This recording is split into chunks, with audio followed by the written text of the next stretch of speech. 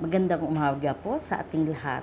Isang kaligayahan at kasiyahan na tayo ay magkasama-sama dito po sa ating devotion tuwing umaga po na ginagawa po dito sa St. Paul United Methodist Church tuwing alas 6 ng umaga, Lunes hanggang Sabado. At meron po kaming prayer covenant na tuwing Sabado na ginagawa rin po alas 6. Ito po ay face-to-face.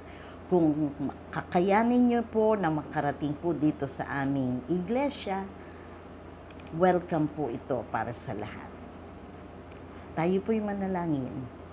Diyos namin makapingyarihan sa lahat. Muli nagpapasalamat kami sa binigay niyong opportunity, O Lord. Isang pribilehiyo, Panginoon, na muli kami magkasama-sama at mag-aral ng iyong banal na salita, O Lord. Salamat sa paggabay mo sa amin sa magdamag, kaya naman taglay namin ang panibagong kalakasan at ang buhay na punong-puno ng pag-asa, O Lord.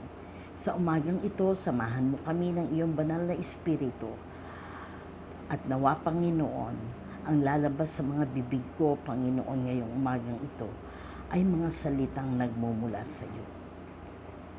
Ang lahat ng ito'y dinadalangin namin sa matamis sa pangalan ni Jesus. Amen. Ang ating pong aralin ngayong umaga ay magtatagpuan po sa aklat sa Lumang Tipan, aklat po ni Propeta Isaya, Kabanata 1, talatang 18 hanggang 20. At ito po ang sinasabi, talatang 18. Halikayo at tayo'y magpaliwanagan, sabi ni Yahweh. Gaano mang kapula ang inyong mga kasalanan, kayo'y aking papuputiin tulad ng yelo o bulak. Talatang 19. Kung susundin ninyo ang aking sinasabi, tatamasahin ninyo ang ani ng inyong lupain. Talatang 20. Ngunit kung susuway kayo at maghihimagsik, tiyak na kayo ay mamamatay.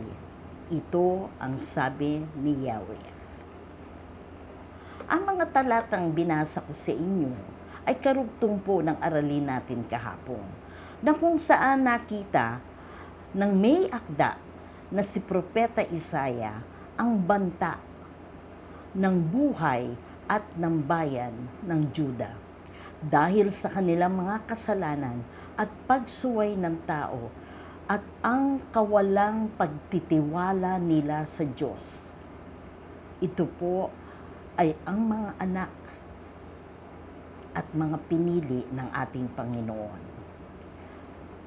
Sa talatang 3 binasa ko sa inyo, sa 3 talatang binasa ko sa inyo, sa umagang ito ay isang paanyaya ng Diyos at babala sa mga anak niya.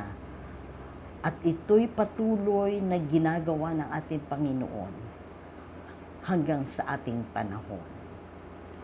Ang Diyos ay patuloy na nananawagan sa ating lahat na makasalanan. Lumapit kayo sa akin. Come unto me. And this is the true nature of God. Ang kanyang habag at malasakit sa kabila ng maraming kasalanan nating nagawa at pagsuway sa kanyang mga utos.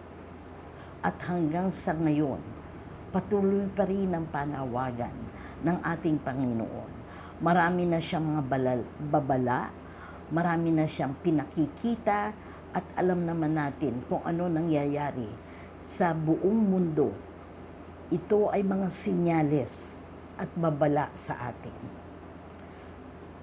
Sa talatang 18, nakalagay doon, gaano mang kapula ang inyong kasalanan ay aking papuputiin.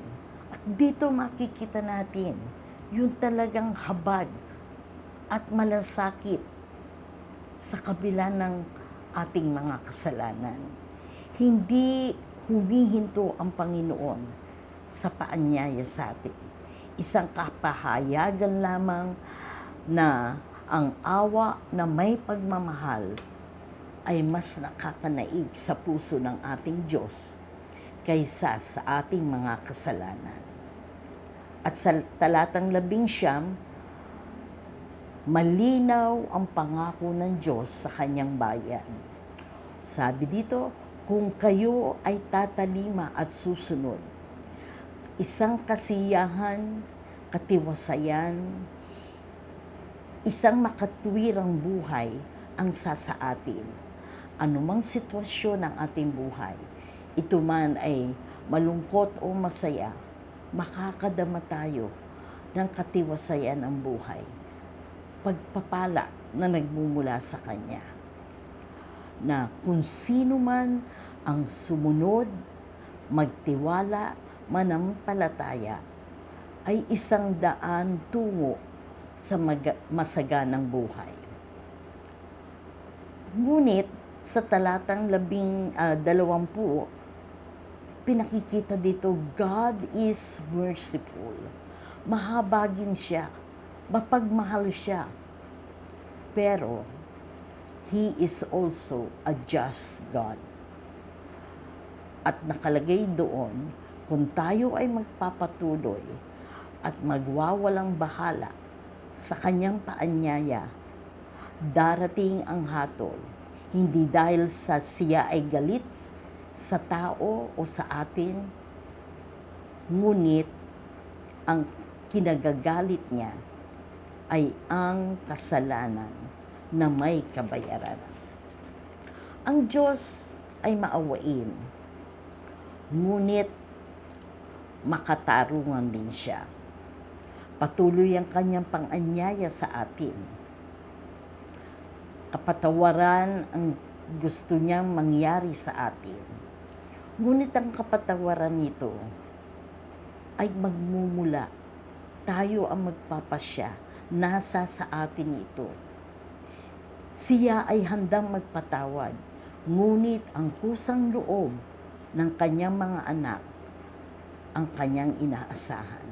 Yung paglapit natin ng kusa.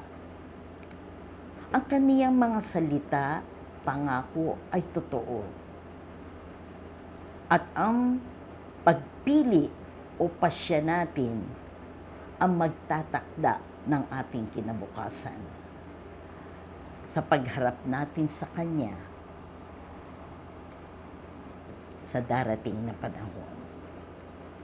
Kaya ang mga talatang ito ay pagpapala at pang-aanyaya ng pagsisisi, pagpapalang higit na maganda para sa mga sumusunod at isang babala sa mga taong nagwawalang bahala at ang kanilang gawain ay mahahantong sa isang paghatol.